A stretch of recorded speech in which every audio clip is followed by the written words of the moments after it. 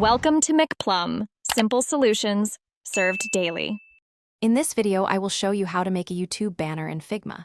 First, open Figma and create a new design file. Set your main frame to a width of 2,560 pixels and a height of 1,440 pixels. This is the recommended resolution for YouTube banners, ensuring your design looks crisp on all screens, from desktops to mobile devices. Naming your frame YouTube banner will help keep your project organized. Now, let's bring your banner to life. Start by adding your channel's logo, any essential text, and engaging graphics. Remember to use high-resolution assets to ensure everything looks sharp. Select fonts that are easy to read and align with your channel's unique style. Experiment with different layouts to find a composition that is both visually appealing and effectively communicates your brand message to viewers. A crucial step is ensuring your banner looks great on all devices. YouTube has specific safe areas.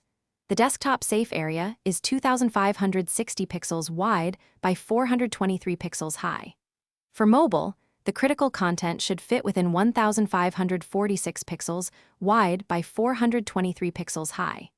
Always place your most important information, like your channel name and logo, within this central safe zone to guarantee visibility. Finally, it's time to export and upload your masterpiece. In Figma, select your banner frame and export it as a PNG file. This format provides excellent quality for web use. Make sure the export dimensions match your original 2,560 by 1,440 pixels. Then, head over to your YouTube channel's customization section, upload your new banner, and preview it on various devices before publishing.